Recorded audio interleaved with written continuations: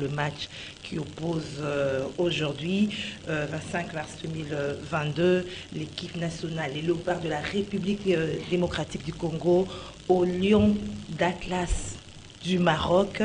Match pour le compte du barrage de l'éliminatoire Coupe du Monde Qatar 2022. Alors Kinshasa est mouvementé ce matin, tout le monde attend ce match très capital. Des gens pronostiquent déjà 3-0, 2-0, tous les Congolais voient avec la victoire de fauves Congolais. Au cours de ce match face à l'équipe marocaine. C'est donc le sujet d'actualité, madame, monsieur.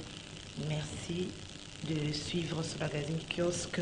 Merci de nous rester fidèles. Outre ces titres, il y a également les élections de gouverneurs et vice-gouverneurs des 14 provinces de la République démocratique du Congo. Il y a déjà de petits soucis par rapport à ces élections. Les députés provinciaux de la Mongala dénoncent la pression. Nous allons analyser, commentaires, les contours des préparatifs de ces élections.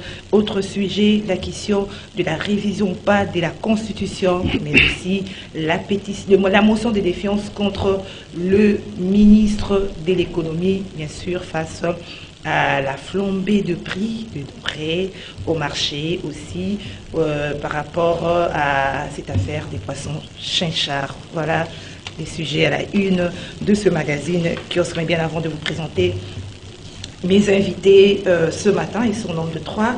Je m'en vais lire tout d'abord les titres des journaux que nous avons reçus ce matin. Gaza Hebdo, la gazette de la semaine, titre Qatar 2022, la Russie exclue. Donc c'est pour bientôt la fête du foot qui n'ont plus discuté, est devenu le dieu de la planète pour ce qui est parce que toutes les nations lui font d'émotion. Donc la Gaza Hebdo parle de Qatar 2022. Et les journaux écrit en perspective du fin mandat à la tête de la société d'État, le DG Kayombo brade les intérêts vitaux de la SNEL. C'est le titre du journal des journaux. Un autre titre de ces journaux, Félix Tshisekedi, les tons de la défiance. Toujours à sa une, les élus du Nord Kivu préconisent la restauration de l'état d'urgence sécuritaire. Et les vrais modérateurs d'écrire à sa une et su reprise de la grève sèche de professeur Moïne Nzangi sous l'eau. Alors, élection 2023, toujours les vrais modérateurs face à un risque de glissement.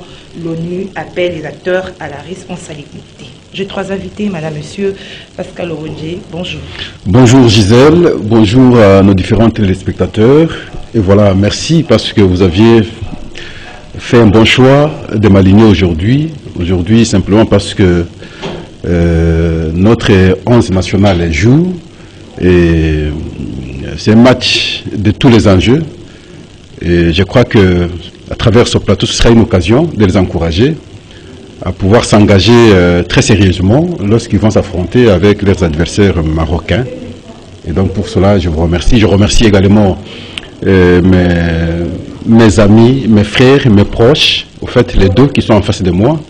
Et je crois que à travers nos analyses, nous allons dégager une bonne dialectique qui va nous permettre de ressortir de bonnes synthèses qui permettront cette fois-là aux différents téléspectateurs de trouver l'importance, sinon la pertinence, des débats à travers les kiosques.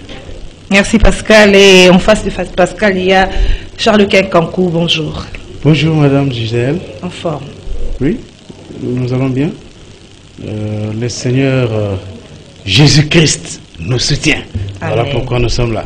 Alors un autre co-débatteur de ces matins, Pius Roland. Bonjour Pius. Bonjour Madame Gisèle. En forme. Oui, un peu fatigué, je viens d'une longue tournée. J'étais à Kalemi, j'étais à Goma, puis j'ai transité par Kisangani. Nous avons accompagné la première dame rurale le 8 mars, la journée de la femme. Nous sommes allés commémorer avec les femmes de Kalemi, que je salue en passant, et un peu de la fatigue. Mais sinon, après le 8 mars, nous avons fait un saut vers Kibaya, là où elle a offert 2519 parcelles aux sinistrés de la dernière éruption volcanique. Ah bon? Oui, je salue aussi les partenaires qui se sont joints à elle pour faciliter à nos compatriotes qui avaient perdu des maisons, il y avait des vies humaines qui étaient perdues, et il y a une nouvelle ville qui va se construire juste en face du volcan et voisine avec la ville de Gisenyi. Il y aura déjà la population s'y installe, et ce qui est positif, c'est que l'insécurité qui régnait sur cette partie de la République est réduite à 90%. Parce que les gens y habitent et il y a maintenant... Ça c'est à Kalemi, là où, de là où non, vous venez. Là c'est à Goma. À Goma, oui. C'est à Goma. À Kalemi, nous sommes allés célébrer le 8 mars avec les femmes. C'est quoi, vous retracez votre séjour avec l'ancienne première dame? Bon, écoute, vous m'avez demandé comment je vais. Je vous ai dit que je suis fatigué, puisqu'on venait d'une longue tournée, et il fallait que j'explique aux téléspectateurs le quoi de la tournée pour laquelle je suis fatigué. Et on a compris. Merci beaucoup.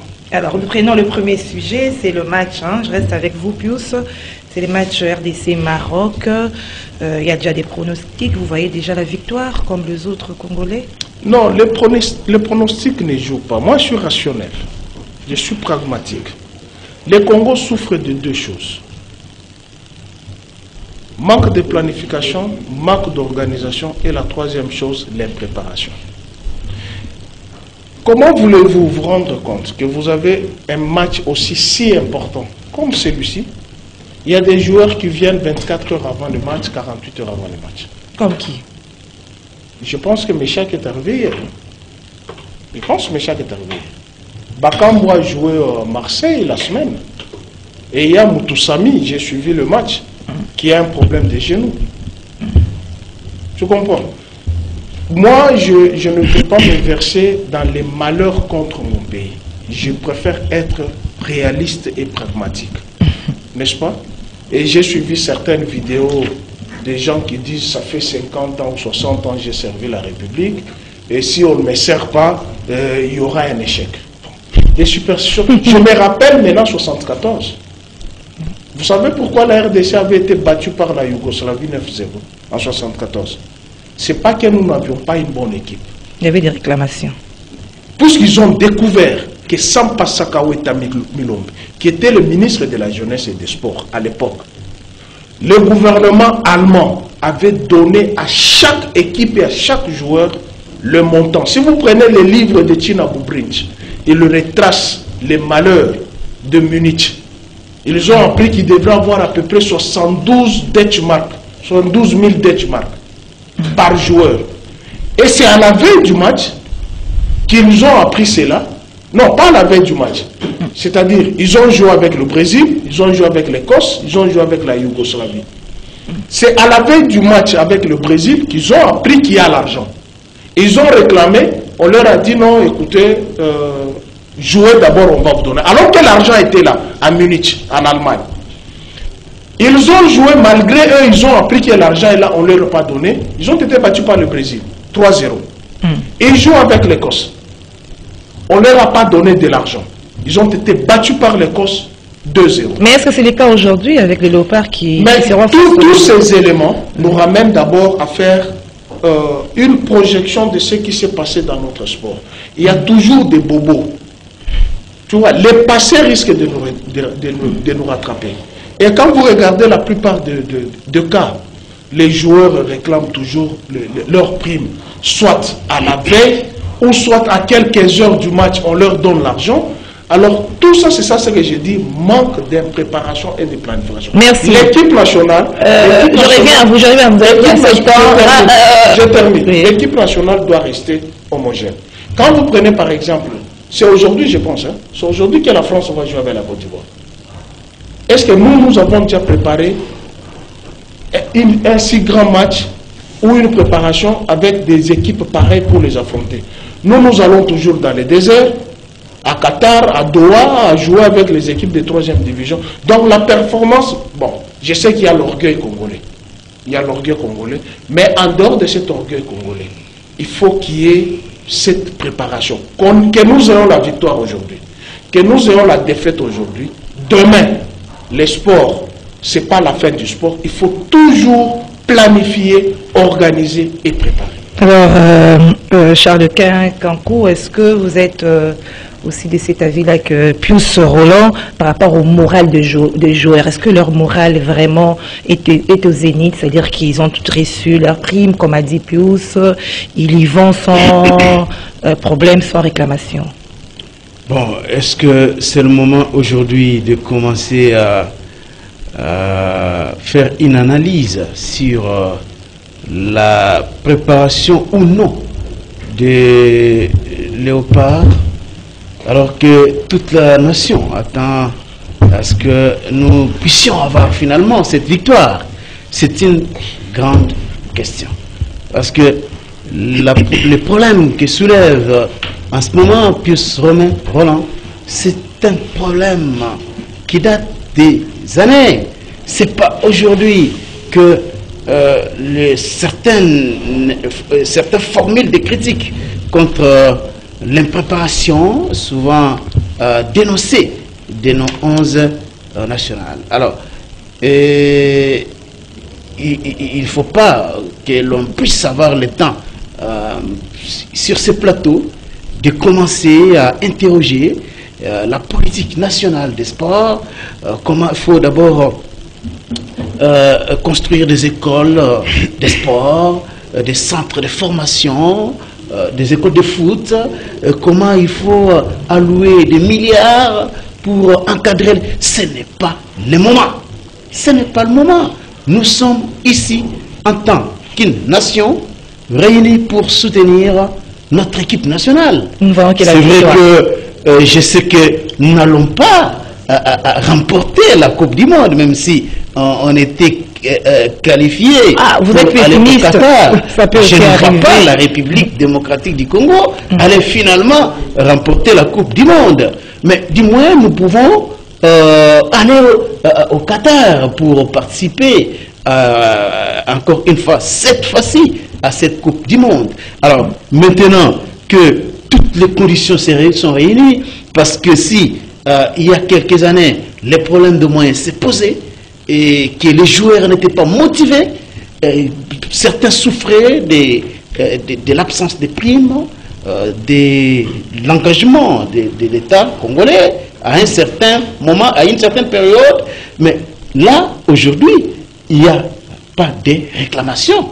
Les entraîneurs et l'équipe qui encadre l'équipe de coachs qui encadrent les 11 sont pris en charge par la République. Les primes sont versées, donc nous ne pouvons que soutenir cette équipe. Mais écoutez, je suis désolé de voir que il y a encore des sorciers qui s'élèvent pour embaucher la trompette et dire celui qui est beaucoup gagné. J'ai vu Edungé, j'ai vu ces gars-là s'y appeler Kopo.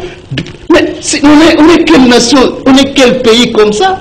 On est quel pays? Vous voyez des gens, des sorciers s'élever pour empêcher le peuple congolais ne fût-ce qu'à se réjouir pour à la fin de ces matchs. Je ne comprends pas, est-ce que faudra-t-il aujourd'hui que la République puisse réunir tous les Ndanga du quatre coins de la République, parce qu'on commencer à leur donner de l'argent, comme Kabulo, Mwana Kabulo l'a demandé? Bon, finalement, je ne sais pas, on est quel genre de pays comme ça, là où les autres misent sur la compétence, la technique, et ainsi de suite. Nous, on va aller ressusciter. Alors, Pascal, merci Charles Quint. Pour donner un peu de l'argent. Pascal, vous voyez également aussi, Charles Quint, vous voyez également aussi la victoire, parce que il ne faut pas se voiler la face. La RDC a quand même enregistré plusieurs victoires dans le monde de sport sous les régimes de Félix Tshisekedi. Le souhait de tout le monde, il est collectif. Et je ne pense pas qu'on peut trouver à ce jour un Congolais qui soit mécontent pour que l'équipe nationale gagne. Et parce que j'ai suivi le confrère évoquer la question de la sorcellerie et ainsi de suite. j'étais hier au stade. J'ai compris que même les Marocains ont cette conception. On leur a confié un bus. Ils ont refusé de monter dans le bus leur confié par les Congolais. Il fallait maintenant eux-mêmes louer un bus. Ils ont loué un bus et lorsqu'ils allaient au stade, ce bus-là tombe en panne. Et ils ont saisi même la FIFA pour décrier, alors que c'est l'acte posé par eux-mêmes. Heureusement que la République démocratique du Congo a recadré les choses. Deuxième aspect, j'ai suivi le confrère aussi dire les joueurs arrivent 2-3 jours après. Oui, ça c'est au niveau mondial, surtout les joueurs qui jouent dans les grands clubs européens, n'est-ce pas? On les laisse à 5, 4, 3, 2 jours pour entrer maintenant dans leurs pays respectifs. Pas seulement la République. Vous avez suivi les Neymar, ainsi de suite, sont partis pas très longtemps pour jouer. Donc ça c'est un cas général, ce n'est pas un cas spécifique pour la République démocratique du Congo. Là où vous avez raison, et je veux dire absolument raison, c'est que nous n'avons pas une bonne politique sportive, surtout dans le cadre du football. Et la République démocratique du Congo est un grand pays, c'est ce que nous avons toujours dénoncé. On n'a jamais compris la politique de recrutement. À l'époque, je m'en souviens, dans les écoles, il y avait des compétitions qui s'organisaient, on dénichait les meilleurs joueurs des territoires qui allaient maintenant dans les sous-divisions. Je m'en souviens, des sous-divisions, ils venaient dans les régions, des régions, ils se retrouvaient finalement dans la capitale. Mais aujourd'hui, on se limite à Matongé, on se limite à Barumbu, on se limite... Et on pense que c'est suffisant pour qu'on soit meilleur. Alors voilà, pour ça, le confrère a totalement raison. Mais quand j'étais hier au stade, parce que c'était dans le cadre de l'observation, de la sécurisation, de la population et de biens demain ou aujourd'hui plutôt qui seront dans le stade, et c'est comme ça que nous sommes tout est rassuré dans ce secteur-là de la sécurité. Nous sommes allés avec le ministre et le général Kassongo, ministre de l'Intérieur, le général Kassongo, et à l'occasion, j'ai vu l'équipe marocaine s'entraîner, j'ai vu l'équipe congolaise également s'entraîner par après. Mais j'ai constaté un fait. Quand l'équipe marocaine s'entraînait, aucun Congolais n'avait l'accès au stade. Aucun. Mais lorsque les Léopards sont venus s'entraîner, mais je vois les Marocains au stade. Comment ça? Les Marocains refusaient que les Congolais soient au stade. Mais quand les Congolais jouent ou s'entraînent, les Marocains sont venus. Alors, je n'ai pas compris pourquoi. Mais sinon, le moral des joueurs m'a beaucoup intéressé. J'ai eu le temps d'échanger avec 4 et 5 joueurs, mais vous sentez qu'ils sont plus que déterminés à atteindre l'objectif. Je pose la question, est-ce que vous avez été correctement pris en charge par votre pays?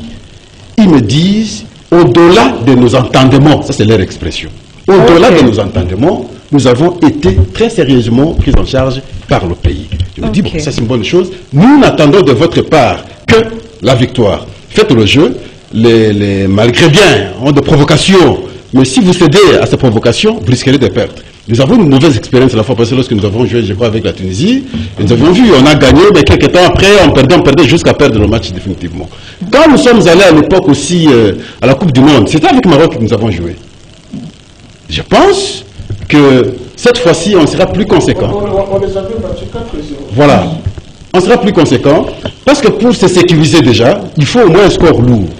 Un but ne suffit pas, 2, ça peut aller, 3. Donc l'effort qu'on doit fournir, maintenant c'est être très sérieux, très engagé, à pouvoir en tout cas remporter le match sans aller en retour avec des calculs comme nous avons l'habitude de faire.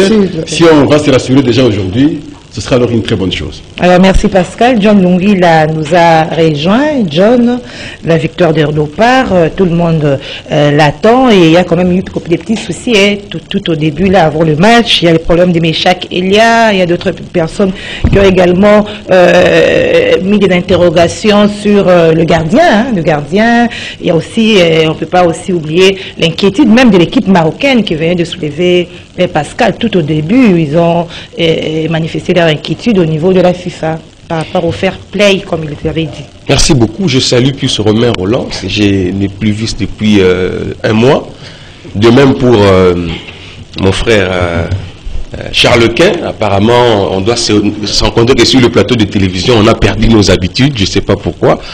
Mais aussi et surtout Pascal Ouonji, que je ne sais plus rencontrer depuis un bon moment. Ça fait une année déjà. En communication pratiquement chaque soir. Voilà. En tout cas, je vous dis que les débats autour de la politique sportive il faut mettre ça d'abord dans le tiroir. Pour le moment, nous devons tous soutenir l'équipe nationale jusqu'à la victoire finale, jusqu'à la dernière minute, à la dernière seconde.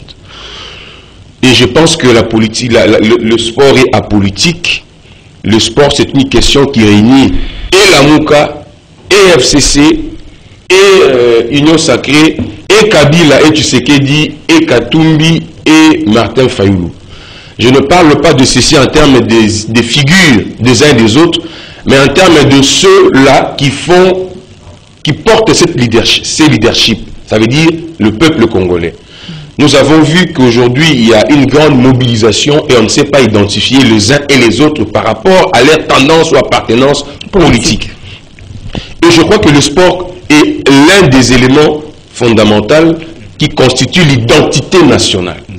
Si vous êtes à Istanbul aujourd'hui, vous vous présentez comme Congolais, on vous cite les noms de Chabani Nonda. Parce que c'est grâce à ces Congolais que Galatasaray est allé jusqu'en finale de la Ligue des Champions. Ça veut dire que la République démocratique du Congo est identifiée dans certains pays grâce à leurs joueurs. Et donc, le sport, c'est quelque chose que nous devons soutenir, surtout quand il s'agit de l'équipe nationale. Ce n'est pas Mazembe qui joue, ce n'est pas 20 clubs, ce n'est pas DSMP, c'est l'équipe nationale. Et je pense qu'on a cette fois-ci la chance d'avoir un entraîneur qualifié, expérimenté, qui maîtrise ce qu'il est en train de faire.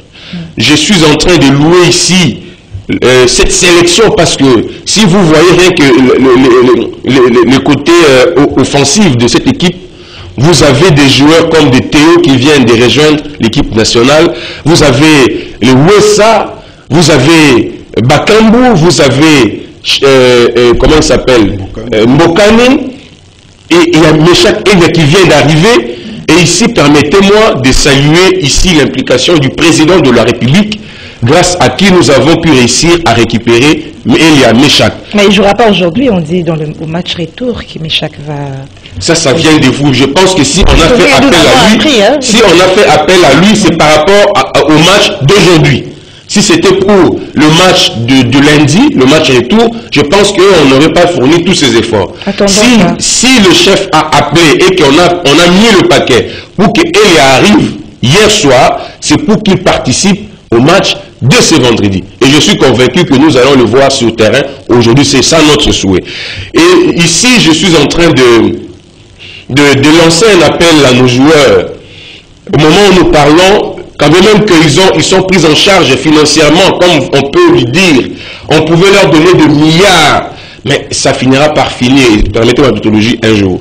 Mais ils ont aujourd'hui le soutien de toute une nation, même tu sais qu'il n'a pas ce soutien, n'a pas eu ce soutien pour être président de la République. Aucun Congolais n'a eu ce soutien, aucun politicien n'a eu ce soutien de toute la nation congolaise comme ils en ont. Et je pense que c'est un des éléments fondamentaux qui doivent marquer leur mental quand ils sont sur le terrain. J'aimerais voir ces joueurs mouiller le maillot, se battre jusqu'à la dernière seconde pour honorer les Congolais.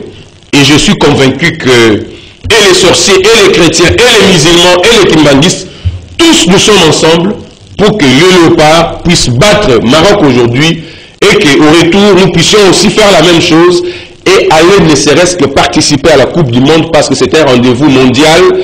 Il y a des coins du monde où le Congo n'est pas reconnu, mais grâce à la Coupe du Monde, un citoyen du monde peut désormais savoir qu'il existe dans un coin du monde la République démocratique du Congo, avec Tshisekedi comme président de la République, avec Fayoulou comme opposant, avec Joseph Kabila comme opposant, avec Katumbi comme opposant, et ainsi de suite. Alors 40 ans après, plus de 40 ans après, hein, vous pronostiquez comment par rapport à ces matchs? Je souhaiterais que nous puissions aller au-delà de 2 buts et surtout qu'on évite d'encaisser un seul but à domicile. Merci John Lungula. Nous prenons le deuxième sujet, madame, messieurs, c'est la pression qu'a dénoncé les députés provinciaux de la Mongala par rapport aux élections, aux candidats gouverneurs des provinces. Les élections, c'est pour bientôt. Pius, je reviens à vous. Quel commentaire vous inspire cette dénonciation des députés par rapport à la pression? Merci beaucoup, chers consoeurs. Je voulais un peu rebondir pour 30 secondes Très par rapport à ce que John Lungi l'a dit. C'est vrai que le sport réunit tout le monde. Mais il ne faut pas politiser le secteur du sport. Lorsque vous politisez le secteur du sport, ça touche la sensibilité de certaines personnes. Moi, je préfère dire la vérité. Il y a certains des Congolais qui estiment que la victoire des Léopards aujourd'hui, c'est pour donner encore du crédit à Tshilombo. Lui, dont son bilan est inexistant. Mais c'est lui le président. Non, écoutez. Écoutez. Moi, je dis ceci. Moi, je préfère dire la vérité, ce que les Congolais pensent. Ce n'est pas ce que moi je pense, c'est ce que les Congolais pensent. Et c'est de ça que je tire la sonnette d'alarme à John Lungi l'a dit, de ne pas politiser le secteur des sports. C'est vrai, la mobilisation est totale. Et on ne peut pas parler seulement que de la victoire alors que le match ne s'est pas encore joué. On doit relever le fait qui font à ce que nous ayons et la victoire et la défaite. Comment devons-nous avoir la victoire? Il faut qu'il y ait la préparation, l'organisation, la planification. Parce qu'aujourd'hui, je vous assure, je ne présume pas. En cas de défaite ou en cas de match nul, les premiers à être insultés, ça sera Tshilombo. Alors, deuxième sujet. Ça, je vous le dis. Deuxième sujet, pression, des cadres de... J'appelle aux joueurs de faire très attention. Ils jouent avec une équipe du Maghreb. Ce sont des malins. Ils ne vont pas jouer. Ils seront tout le temps touchés. Même si tu les comptes comme ça, ils tombent. Ah bon? Qu'ils ne tombent pas dans ce piège, puisqu'ils doivent se rappeler du match de la Tunisie. Comment la Tunisie est revenue à la marque? C'est en touchant Chancel Bemba. Quand il est sorti, il y avait un boulevard. Et le Congolais doit faire attention. Moi, je ne suis pas dans ce carcan de dire que la victoire des Léopards, c'est pour prolonger ou donner les bilans à Tshilombo. Non, moi je vois les rouges, les jaunes et les bleus, les couleurs de la République. Alors, qu'on ne politise pas. C'est RDC qui gagne. C'est la RDC qui gagne. Ouais. La RDC va rester, Tshilombo va passer. La RDC va rester, Pius va passer. La RDC va rester, John va passer. Ok. Et c'est ça.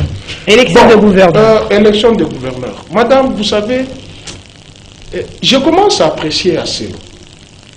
Je commence à l'apprécier. Même si malheureusement hier, ils ont dénoncé ce que Chadari faisait. Ils ont compris que le problème n'était pas Chadari. Le problème c'était l'exécutif provincial et les assemblées provinciales. Donc les députés provinciaux jusqu'à présent, ils n'ont pas encore compris les pourquoi ils sont le représentant de leur population au sein de province. Au lieu d'aider les gouverneurs à faire du travail, ils sont là à élaborer des motions. Et quel type de motion? Motion alimentaire. Juste pour qu'il ait de l'argent. Et quand on lui donne de l'argent, il n'amène même pas le développement en province. La première des choses, il doit chercher à avoir un terrain à Kinshasa, construire un hôtel. Si pas construire un hôtel, aller dans une ambassade, chercher le visa et prendre une maîtresse, aller déposer en Europe. Oh. Eh bien oui, c'est une vérité. Moi, j'étais à l'Assemblée nationale, John le sait, Charles Lequer le sait. Combien de filles se sont retrouvées à l'extérieur? Donc, j'estime que l'élection de gouverneur, il y a des provinces qui ont posé des très sérieux. Des très très sérieux problèmes. Moi, je viens de Kalemi, dans le Tanganyika. Les images que je voyais, qu'on m'envoyait, je pensais que c'était des Photoshop. Je suis allé à Kalemi, j'ai vu de mes propres yeux.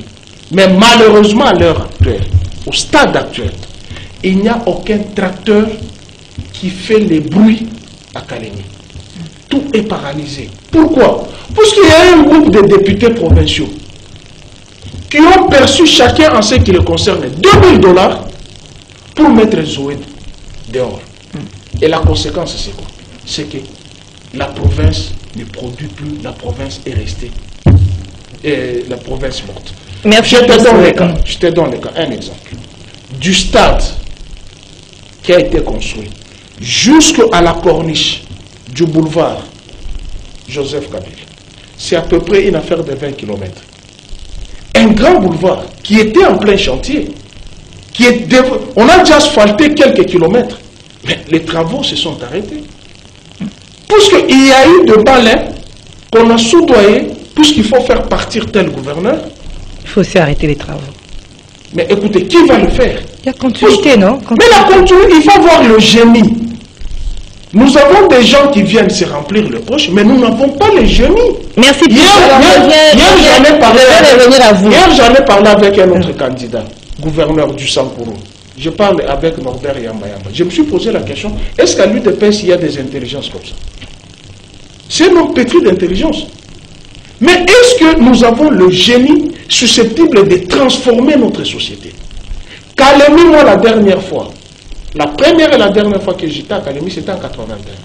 Mais ce que j'ai vu Kalemi d'aujourd'hui, à l'ère de Zoé, construire les bâtisses, il y a des belles hôtels, mais les travaux se sont arrêtés puisque nous n'avons pas les gens qui sont susceptibles d'apporter le développement au pays. Et la plupart des députés provinciaux tombent dans cette histoire. Et regardez ce qui se passe au Loir. Merci Pius. Je voudrais revenir à vous, Charles Quint. Pius qui relève le fait que les députés, par rapport aux élections, les députés brillent par de motions alimentaires. Et c'est pas aussi parce qu'ils ne reçoivent pas régulièrement leurs émoluments. Alors ils sont exposés, même ces candidats gouverneurs, même ces cadres de l'Union sacrée qui font la pression, ils le font parce qu'ils savent que ceux-là n'ont pas de moyens. Il suffit de leur donner quelque chose, il suffit de faire de pression et ils vont céder.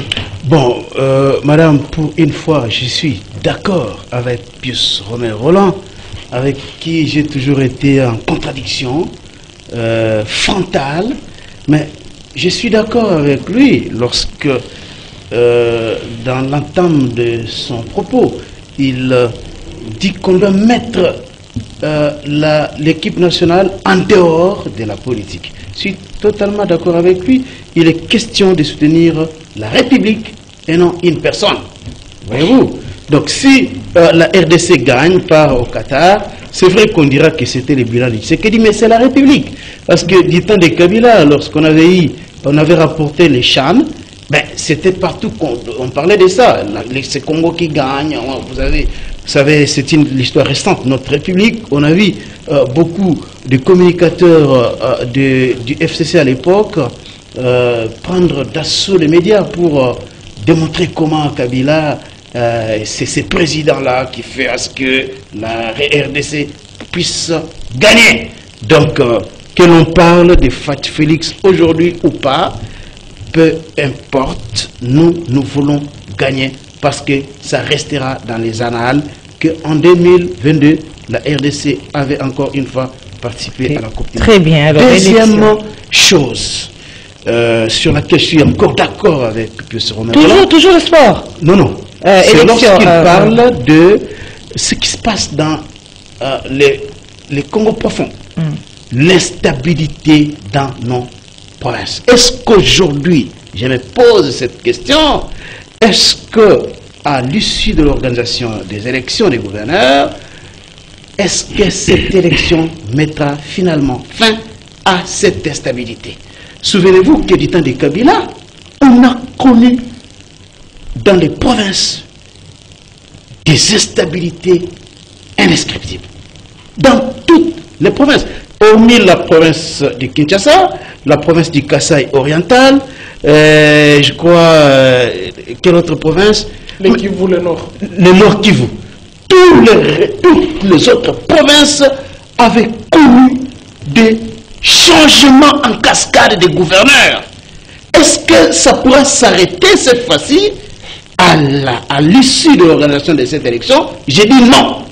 Voilà pourquoi nous pensons qu'il faut absolument que certains articles de la Constitution soient révisés.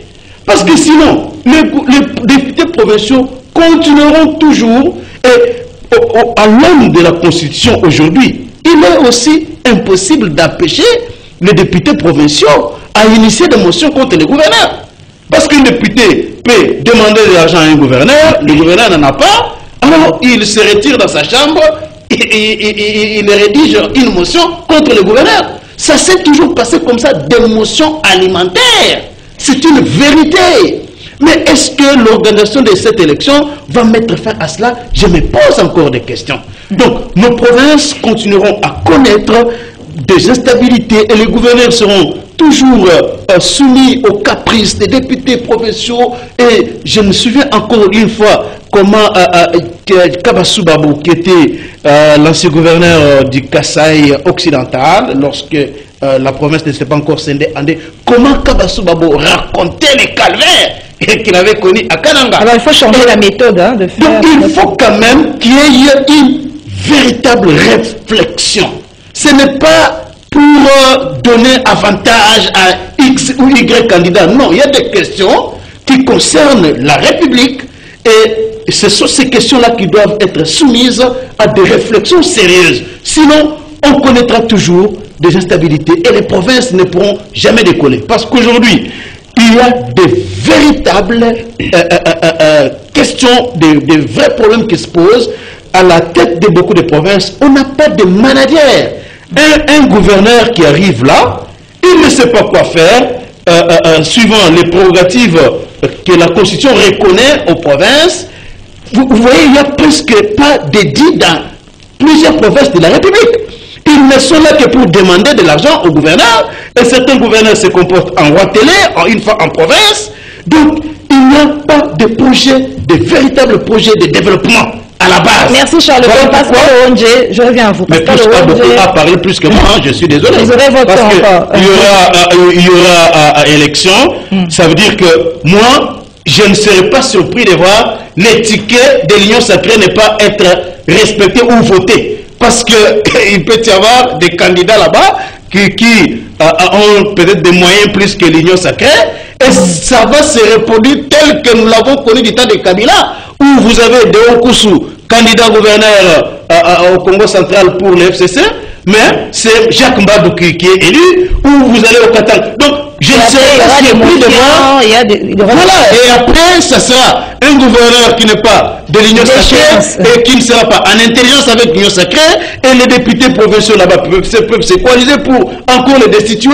Est-ce qu'au Sankourou aujourd'hui, si, bon, je ne sais pas au Sankourou s'il y aura élection, est-ce que ça va résoudre le problème? Donc, nous sommes encore là dans un contexte où on ne verra pas encore maintenant les provinces décoller. Merci Pascal Oronje. Tout ce que vos co-débatteurs viennent de dire, les deux co-débatteurs, par rapport à la façon de faire, hein, surtout cette pratique qu'on a organisé des élections à la base au niveau de l'Union sacrée. Maintenant, on veut les imposer aux députés provinciaux, dont c'est les Mongala qui ont dénoncé. Est-ce que cette pratique répond vraiment aux impératifs de développement de province? D'abord, je salue le point de vue des collègues, Pius comme Charlequin, parce qu'ils ont été objectifs, mais je pense que la question nécessite encore de réflexion si profonde pour trouver définitivement solution à la problématique électorale. Je m'en souviens, c'est Platon, si je ne me trompe pas, qui a estimé à son niveau que l'élection, enfin la démocratie, c'est un système le plus médiocre, selon lui, parce que les médiocres de la société parviennent à diriger. Il suffit qu'il ait l'argent. Il suffit qu'il ait un oratoire. Il convainc le public, il a la majorité et il gouverne. Et alors qu'il est incompétent. Ça, c'est la démocratie.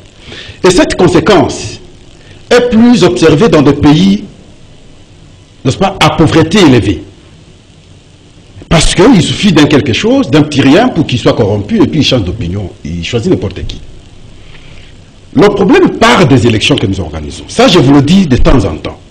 Au lieu de choisir ou de faire le choix sur les meilleurs d'entre nous, nous choisissons les plus faibles d'entre nous qui vont dans les assemblées. Quand vous avez les plus faibles dans les assemblées, les lois qu'ils vont prendre seront des lois faibles, le gouvernement qu'ils vont investir sera un gouvernement faible, et tout ce qu'ils vont faire, ça devient faible et l'État va s'affaiblir, simplement parce qu'on n'a pas été conséquent au départ. Le jour où la population comprendra que c'est John Lungila qui mérite être là du fait de ses capacités et nous les choisissons comme tel, peu importe l'appartenance, vous verrez que beaucoup de choses vont changer. Et John, lorsqu'il sera à l'Assemblée nationale, il sera à l'Assemblée provinciale, avec en tout cas cet aspect distinctif prélevé relevé, sinon détecté par la population, mais il va poser des actes qui seront conséquents pour son pays. Voilà, c'est tout ça le problème. Maintenant, avec les députés provinciaux, je prends le cas du ministre de l'Intérieur, Daniel Asselo. Lorsqu'il prend les fonctions, il trouve au moins 17 provinces en dysfonctionnement. Dysfonctionnement, soit il y a un gouverneur qu'on a déchu, qui est encore là, il continue à défier l'Assemblée provinciale, soit il y a un gouverneur et vice-gouverneur qui sont partis, mais au lieu de prendre le ministre de l'Intérieur, souvent, qui est président, mais on prend une dame quelque part, et puis bon. Et il y a eu une 17 provinces, s'il vous plaît. Il a fallu étudier le dossier, et on est tombé sur les 14. Aujourd'hui, on ajoute encore le Sankourou, c'est devenu 15 provinces. Mais il faut organiser les élections. Et c'est là où je suis encore d'accord avec les amis. Est-ce qu'on aura résolu le problème? Je dis non. Parce que les mêmes députés sont là. Le même comportement va continuer. J'avais suivi même le chef de l'État.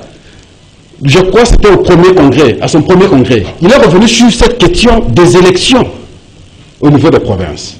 Est-ce qu'il n'y a pas... D'ailleurs, à l'époque même, Joseph Kabila aussi avait réfléchi. Est-ce qu'il n'y a pas moyen de penser à une autre élection, une autre forme d'élection? Il avait réfléchi à son temps. Je pense que c'est un débat des scientifiques aujourd'hui, sinon les constitutionnalistes, de pouvoir réfléchir pour qu'on trouve une solution. Qu'est-ce qui se passe dans notre province aujourd'hui? Vous prenez le cas de Lualaba, je vais citer province par province. Le cas de Lualaba. Les députés se réunissent pour déchoir le gouverneur. À son absence. À son absence. Dans leur acte, sinon dans l'acte de l'Assemblée provinciale, au lieu de déchoir le gouverneur, ils ont retiré confiance. Oui, j'estime que ce n'est pas normal, il saisit la Cour constitutionnelle. La Cour constitutionnelle apprécie le dossier, il dit le concept de retrait confiance n'existe pas dans la Constitution, par conséquent, moi, la Cour constitutionnelle, je suis incompétente de pouvoir trancher.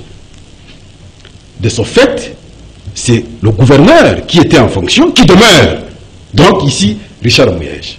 Et pour ça, on en veut au ministère de l'Intérieur. Vous prenez le cas de la province de Sud-Kivu. Les députés se réunissent, de la manière qu'ils se sont réunis, de choisir le gouverneur. Le gouverneur saisit la Cour constitutionnelle.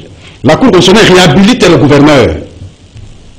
Le ministre de l'Intérieur ne sait que prendre acte, il prend acte. Les députés de Sud-Kivu en veulent maintenant au ministre de l'Intérieur. Vous prenez le cas de l'Équateur avec le gouverneur Bobo. Tanganyika aussi. On déchoit Bobo, dans la manière qu'ils ont fait leurs histoires. Bobo saisit la Cour constitutionnelle, le gouverneur. La Cour constitutionnelle réhabilite le gouverneur. Que fait le ministre de l'Intérieur? Alors, que faire pour ne pas revenir dans toutes ces situations-là que tu as en train de... Mais c'est comme ça que je dis, la réflexion devrait être, en tout cas, profonde. Les constitutionnalistes, les parlementaires, si on aura des parlementaires comme les jeunes Ngila, comme je dis, à ce moment-là, c'est ceux-là qui vont réfléchir en profondeur, avec toute sérieuxité possible pour l'intérêt de la nation. Comment faire pour que si demain nous allons aux élections, nous ayons les meilleurs d'entre nous pour qu'ils travaillent pour la nation? Certes, ce n'est pas facile pour les détecter, mais c'est pas aussi impossible. Vous savez, il y a deux sciences que moi j'aime bien. Il y a la psychologie et la philosophie pour connaître quelqu'un. Je suis en face de Pius. La psychologie me pousse de dégager une lecture sur l'observation. Il y a l'observation interne, il y a l'observation externe. Observation externe, c'est ce que les psychologues appellent extrospection. Observation interne, c'est ce qu'ils appellent introspection. Extrospection, c'est tout ce qu'ils affichent de l'extérieur. Sa façon de parler, sa façon de s'habiller. Ça peut me dégager un message. L'introspection, c'est ses intentions. Quand je prends les deux, il y a possibilité de comprendre plus. Deuxième discipline, c'est la psychologie, enfin la philosophie. Dans le concept de la discursivité, tous les faits qu'il pose, en tant qu'humain, peuvent me permettre, moi, finalement, de dire que Pius est ceci. Je dégage un discours sur Pius. Voyez-vous? Et donc, c'est simplement parce que nous ne prenons pas le temps de nous connaître. Je suis en face de Charles-Lequin, mais je dis bonjour à Charles-Lequin chaque jour, tout ça. Mais je n'ai jamais connu Charles-Lequin. Merci, Pascal. Et lorsque Charles-Lequin, en tout cas, compétit en face d'un autre monsieur, ainsi de suite, je fais un choix comme ça aveuglément parce que l'autre là m'a conditionné. Merci Pascal. Alors John Lungila, il y a tout ce que Pascal vient de relever, les dysfonctionnements au niveau des provinces. Vous ne voyez pas que les tours tournent autour du profil du candidat gouverneur, parce que s'il y avait un bon gouverneur qui connaît vraiment les provinces le problème de la province, hein, là où il sera, c'est quelqu'un qui a vécu là-bas, parce qu'aujourd'hui on prend un gouverneur qui vient, je ne sais pas moi où, on le met, on le place dans une province aussi. La question de faire respecter le respect de l'autonomie constitutionnelle des provinces, parce que maintenant là il y a des injonctions qui viennent au niveau central. Merci beaucoup, madame, pour la question. J'aimerais dire à Pius tout d'abord ceci. Tshisekedi porte la responsabilité du succès et de l'échec de Léopard. Pas en tant qu'individu, en tant qu'être, en tant que président de la République. Parce que le président de la République incarne la nation congolaise. Avant lui, c'était Joseph Kabila Kabange. Avant, c'était Mouzé Laurent Désiré Kabila. Maintenant, c'est lui. Après lui, ce sera quelqu'un d'autre. Mais le Congo va demeurer en tant que nation. Et toute personne portée à la tête d'une nation incarne la nation. On peut ne pas aimer sa tête, mais c'est lui. Quand l'équipe avait remporté la CHAN, l'honneur était envoyé à Kabila. Et d'ailleurs, c'est lui, au retour, au nom de la nation, avait donné des jeeps aux joueurs pour leur dire la nation vous est reconnaissante. Et donc cette reconnaissance aux joueurs passera par le chef de l'État, et actuellement c'est Tshisekedi. Il a donc intérêt à s'impliquer davantage pour que sous son mandat, l'équipe nationale, si on doit revenir au mondial, tant mieux. Et ceci sera, même pour dans son bilan, parce qu'il a eu la chance d'être chef de l'État pendant que la RDC devait briguer la présidence au nom de l'Union africaine, tant mieux. Il va l'inclure dans son bilan. Il sera obligé. Et si l'équipe nationale tombe, nous allons aussi inclure ceci dans son bilan. Et donc, il se fera insulter si l'équipe perd, comme il doit mériter des éloges si l'équipe gagne. Donc, il faut pas qu'on se voile la face à ces points. Deuxième des choses, la faiblesse pour nos politiques, c'est l'argent. Ils ont une faiblesse devant l'argent. Et ils pensent que quand il y a des moments où il faut profiter pour se faire un peu d'argent. On peut tout dire sur le ministre de l'Intérieur, mais je pense que ce n'est pas de la responsabilité, surtout que ce n'est pas Acielo qui est le chef de nos élus. Ce n'est pas Acielo qui doit dire aux élus ce qu'ils sont censés faire. Pour que si ça ne marche pas au niveau de province, la responsabilité soit sur la tête d'Acielo. Là, moi, je ne suis pas d'accord. Vous savez ce qui manque à nos parlementaires? C'est quoi? C'est de comprendre qu'ils doivent jouer un rôle pour le développement de la province. Le développement de nos provinces ne repose pas sur les épaules des gouverneurs. Ils sont exécutifs, mais en tant qu'exécutifs, ils ont besoin du soutien du Parlement au niveau provincial pour formaliser le projet, pour mettre en place les choses, pour avoir des édits qui peuvent orienter des actions, des projets, et ainsi de suite. Et on a tendance à confondre l'émotion de défiance, l'émotion de censure au contrôle parlementaire. Non! Une motion de censure de défense n'est pas le contrôle parlementaire. Ça fait partie des sanctions parlementaires. Mais le vrai contrôle parlementaire, c'est en termes d'enquête parlementaire, en termes de travaux au niveau des commissions. Parce que si on veut reprocher à un gouverneur quelque chose, mais on doit commencer par récolter des éléments pour savoir pourquoi le gouverneur n'a pas posé tel acte. Pourquoi sur le plan économique, la province ça ne décolle pas? Pourquoi sur le plan social, il y a toujours des problèmes, des grogne sociales et ainsi de suite? Qu'est-ce qui se passe? Il ne faut pas passer directement aux sanctions. Il faut commencer par écouter les gouverneurs. Et c'est là où les députés doivent faire le travail proprement dit. On fait venir les gouverneurs, on écoute les gouverneurs, le gouverneur vous présente des difficultés. Au niveau des commissions, l'Assemblée peut initier une commission, une enquête parlementaire pour aller vers toutes ces personnes qui constituent des obstacles pour le gouverneur, des obstacles pour le développement économique, des obstacles pour la stabilité, l'amélioration des conditions sociales. Mais nos députés, quand ça ne marche pas, ils disent c'est l'occasion de régler le compte à un gouverneur. Et le gouverneur intelligent qu'il est, il ne se reproche de rien. Il s'est dit, mais ce qu'il me reproche là, il n'y a qu'au Congo où on vous dit que tu es voleur, mais tu refuses d'être voleur parce que tu sais que tu n'as pas volé. Mais les gens te disent tu as volé. C'est pas parce que ces gouverneurs aussi sont désignés sous non, madame. Sur base. Je suis en train d'arriver. Ils ne répondent même pas au profil. On sait comment il est là. Alors on doit faire la pression. Il y a chez nous ici, c'est là où le vrai problème se pose. On vous dit tu es voleur.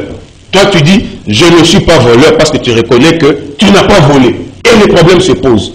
On t'impose une sanction, tu refuses, tu fais tout pour te défendre. Je prends l'exemple de ce qui se passe ici à l'Assemblée, à notre Assemblée nationale ici. Il y a une motion de défiance contre un ministre de l'économie. Un ministre de l'économie qui a des prérogatives dont certaines sont partagées avec ses collègues de finance, ses collègues du plan et ainsi de suite.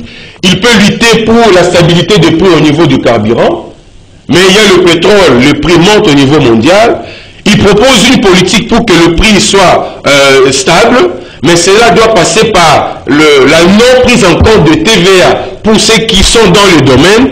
Mais quand il faut que le gouvernement honore cet engagement, le ministre des Finances vient et dit il ajoute la TVA. Conséquence, augmentation du prix. Il y a les ciments dont le prix augmente, mais le ministre de l'économie fait une proposition pour dire regardez, le charbon a augmenté de 80 à 450 $. Le gypse a augmenté de 50 à 200 $.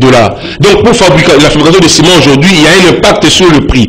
Proposons ceci pour qu'il n'y ait pas d'augmentation de prix. Mais quand on adopte et que le ministre des Finances doit débloquer, il bloque. Ils ont fait une ronde de Kikwit jusqu'à Kinshasa. Ils ont détecté 57 barrières. Je parle du ministre de l'économie. Mais quand vous passez toutes ces barrières, il y a des taxes illégales. Mais s'il y a augmentation de prix des tomates, augmentation de prix des denrées alimentaires ici dans nos différents marchés, mais est-ce qu'on va dire que c'est la responsabilité du ministre de l'économie ou on doit aussi demander à Cielo, mais que faites-vous pour mettre fin, enlever nous toutes ces barrières qui ont un impact sur le prix sur le marché? Et donc, pour que ces émotions pourraient tout ça. Non, pas d'émotion. Pour que toutes ces informations soient connues, il ne faut pas passer par une motion de défiance. Il faut passer par des enquêtes parlementaires. Il faut écouter le ministre. Il faut les attendre. Mais quand vous décidez, du coup, vous dites, il est voleur, il doit partir. Il vous dira, je ne suis pas voleur. Et il va se défendre. Et c'est ce qui se passe au niveau de chaque province. Il y a un autre élément qu'il faut rajouter. C'est les émoluments. Ces députés ont fait 9 mois de paiement. Ils ne sont pas payés. Et il se pose encore un problème de l'injustice salariale. Si vous allez au niveau de Kikwit ici, le Congo ici à côté, les députés sont payés 400 000 francs par mois. Vous arrivez à Kinshasa, ils sont payés 10 000 $ par mois. Vous allez au Lualaba, ils sont payés 15 000 $ par mois. Vous allez à Lubumbashi, c'est 17 000 $ par mois. Vous allez à Goma, c'est 15 000 par mois. Vous allez à Bukavu, c'est 12 000 par mois. Il y a un problème d'harmonisation des émoluments pour les députés. Mais tous ce sont députés provinciaux de la République démocratique du Congo. Le chef les a convoqués tous à Kinshasa pour un séminaire sur le projet de 145 territoires. Ils sont tous venus ici comme députés provinciaux, mais ils n'ont pas le même émolument, ils n'ont pas les mêmes avantages.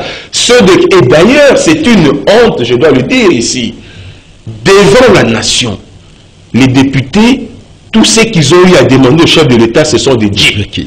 Nous demandons au chef de l'État de nous donner des jeeps 4x4. Parce qu'ils voient et toute l'assistance a applaudi. Toute l'assistance. C'est tout ce qu'ils ont eu comme demande à formuler au chef de l'État des jeeps. Tout ça pourquoi? Parce qu'on a vu au niveau national, il y a des palissades, on a vu, et c'est ça le problème. Et donc, la corruption se porte bien au niveau des assemblées provinciales parce qu'ils ont l'idée en tête de s'enrichir. Ils ne viennent pas, comme Pascal l'a dit, faire leur travail de parlementaire et la facilité comme ils savent que bon, c'est plus coup qui partent avec une motion, on va le mettre à la porte. Voilà comment ils utilisent des motions comme des instruments de chantage, comme des instruments pour faire régler des comptes au gouverneur, et les provinces sont en train de souffrir. Et j'ai pitié du premier chef de l'État les 145 jours, parce que cet argent-là risque d'être utilisé pour se partager, et puis on va couvrir, et puis à la fin, il n'y aura rien. Merci John Lungila. L'émission tombe déjà vers la fin, il est temps de faire le tour de la table par rapport à notre troisième sujet, parce qu'on avait annoncé, c'est la révision constitutionnelle Pius. Opportunité ou pas? Merci, merci chère consoeur. Je voulais dire à la régie Je voulais dire à la régie que la population a besoin de ce que nous parlons ici. C'est ça ce qui construit la nation. Nous allons voir ça, nous allons voir ça. Ce n'est pas la musique qu'on va nous mettre à la télévision. Là vous allez dire après. Non, je préfère le dire. Non, vous allez nous voir après. Oui, puisque l'émission est très très importante. Ouais. Les questions que nous débattons ici, c'est vrai que nous sommes en divergence d'appartenance politique ou quoi que ce soit, mais lorsqu'il s'agit de la nation, on doit dégager l'énergie pour aider la nation. Je suis tout à fait d'accord avec ce que Pascal a dit. Je suis tout à fait d'accord avec ce que John a dit et ce que Charles Quin a dit. Le problème, c'est la population. Puisque Pius est tel, on ne peut pas les lire. On doit élire celui qui a la langue facile d'injure. Vous savez combien de députés qui ont insulté Kabila qui sont là-bas? Prends les stylos et le papier, donne-lui. Les Français qu'il va accoucher là-bas, vous allez ressusciter Grévis Maurice. Mais c'est ça la problématique. Moi, je suis en train de réfléchir. Quant à la révision constitutionnelle, je ne suis pas d'accord avec 500 députés nationaux. Je ne suis pas d'accord. Ils sont budgétivaux. Nous avons 26 provinces. Pourquoi ne pas avoir 250, 260 députés? En raison de 10 élites par province. Je parle d'élite, génie. Pas un enseignant de l'école primaire, puisqu'il est connu dans son village, vous lui donnez le voix, il arrive ici en babouche. Impossible d'écrire sur un papier. Et c'est la nation qui est en train de mourir. Puisque nous avons fait un mauvais choix. Ce que Pascal a dit, tout à fait d'accord. Nous, les intelligences qui sont ici, dans la presse, vous savez qu'il y a des intelligences. Mais on te dirait qu'on ne peut pas prendre celui-là puisqu'il est tshisekidiste. On ne peut pas prendre celui-là puisqu'il est kabiliste. On préfère prendre celui qui a l'injure facile. Et ils sont pleins là à l'Assemblée nationale. Parlons de la révision constitutionnelle. Madame, vous avez déjà lu l'article 219. Nous sommes pendant quel état? L'état de siège. Je ne sais même pas pourquoi nous devons réviser la Constitution. Parler de ces sujets. Il faut d'abord lever l'état de siège. Pour qu'on arrive à parler maintenant de la révision ou changement constitutionnel. Je ne suis pas d'accord avec les changements de la Constitution. Je suis favorable à la révision de certaines dispositions constitutionnelles. Ok. Puisque même la Constitution actuelle a déjà été retouchée. Si vous prenez l'article 218, il a été retouché par la loi 001 je ne sais pas quoi, de 2011. Donc, il y a certaines dispositions, dont notamment les dispositions qui mettent en conflit l'exécutif provincial aux assemblées provinciales. Puisqu'il y a chevauchement, les uns ne savent pas ce qu'ils doivent faire dans leurs prérogatives. Est-ce qu'ils lisent la loi sur les ETD? Ils sont là pour narguer tout simplement les gouverneurs. Pascal a cité les dysfonctionnements de certains gouverneurs qui ont été mis dehors, mais il n'a pas parlé de Tanganyika. Merci Pius. 30 secondes. Il n'a pas parlé de Tanganyika. Le gouverneur de Tanganyika était ici. Comment vous pouvez déchoir ce que John a dit? Vous accusez quelqu'un, le droit de la défense est reconnu. Vous accusez quelqu'un sans l'avoir entendu. Merci pour vous. Et le gouvernement central ne résout pas les problèmes de l'article. Charles Quin, votre avis. Non, écoutez, aujourd'hui, il est clair qu'il faut quand même qu'il y ait des réflexions par rapport à cette constitution. Il y a beaucoup de problèmes et il y a des députés qui ont évoqué la question de la révision de la Constitution, mais certains aussi même du changement de la Constitution. Il faut que l'on ne puisse pas toutefois avoir peur d'aborder cette question, parce que nous connaissons les contextes dans lesquels la Constitution du 18 février a été élaborée. Aujourd'hui, il y a des vrais problèmes qui se posent. Est-ce qu'il faut-il continuer à maintenir les un tour ou les deux tours? C'est une véritable question, voyez-vous. Donc moi j'ai toujours été favorable au détour, même si cela a été changé sous Kabila. J'ai toujours été d'accord avec les détours. Je pense qu'on peut réviser la Constitution pour revenir au détour.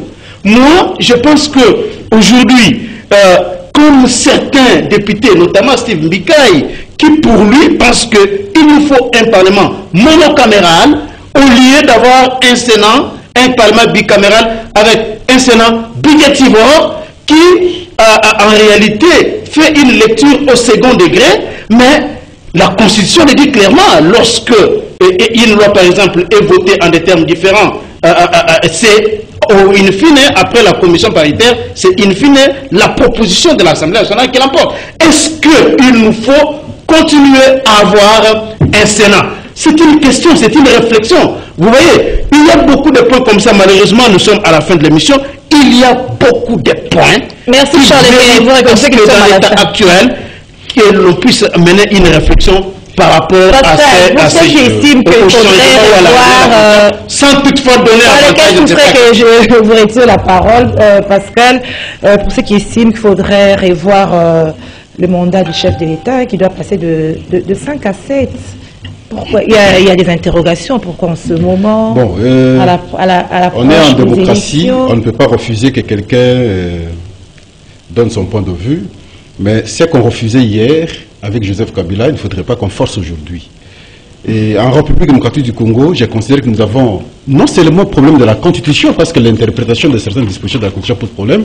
La fois passée, vous vous en souvenez, lorsqu'on évoquait l'article 110, on l'a interprété de la manière qu'on l'a interprété ici. Il est normal qu'on adapte la Constitution et pour faciliter la compréhension, sinon le fonctionnement de l'État. Mais de l'autre côté, il y a aussi un problème d'ordre, comme nous avions dit ici. Je pense que la Constitution peut sembler être bonne jusqu'ici, de mon point de vue. Mais c'est l'homme congolais, l'homme politique congolais, qui, lorsqu'il est en face de la Constitution, il attire vers ses intérêts.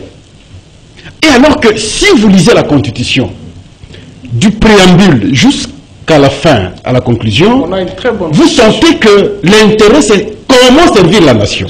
Mais lorsque Pascal est là, il a la possibilité de s'imposer sur certaines dispositions de la Constitution, il va vouloir que l'article 1 soit pour moi, l'article 2 soit pour moi, l'article 3 soit pour moi. Et c'est là le premier problème. Lorsqu'on aura résolu d'abord le problème de l'homme, celui de la Constitution viendra au second degré. Mais n'inversons pas.